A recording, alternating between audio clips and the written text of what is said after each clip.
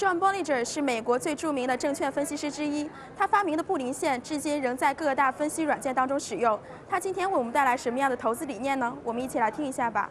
Thank you so much for joining us, Mr. Bollinger. So based on your strategy, the Bollinger Band in China A shares will be around its 5 years high. Do you think it will outbreak the average or it will fail? So we've come an awful long way in a relatively short period of time. In technical analysis, we refer to this as an overbought condition. So I think that in the short to intermediate term, we could see a consolidation or even a pullback. But longer term, I think prices will probably work their way higher, which is to say I'm quite bullish on the Chinese shares. Okay, thank you. And it's the same scenario with NASDAQ and S&P 500. What do you think about those? Will they rise or? I think for at least for the next 6 to 9 months or so, U.S. stock prices will continue higher. We may see some volatility, some pullbacks against the trend, but I would be very surprised if in, say, July, August, September, if U.S. equity prices weren't much higher than they are now. Thank you. And the next question I want to ask you about the Apple stock price. So Apple has hit its all-time record high. Do you think it will?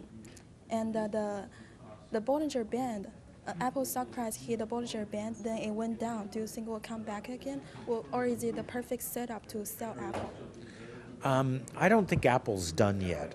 So I think we could have a short-term top here and a pullback. But Apple is what we call a fad stock.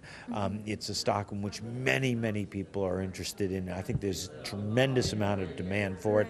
And we don't see the classic signs that we would see of a long-term top for a stock in Apple yet. And what about Alibaba? Alibaba's stock price has hit a bottom low since its IPO. So based on your strategy, do you think it will come back again?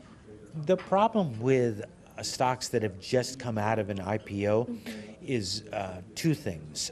First of all, investors don't know the stocks very well. They don't have a long history, so they're unsure in their operations.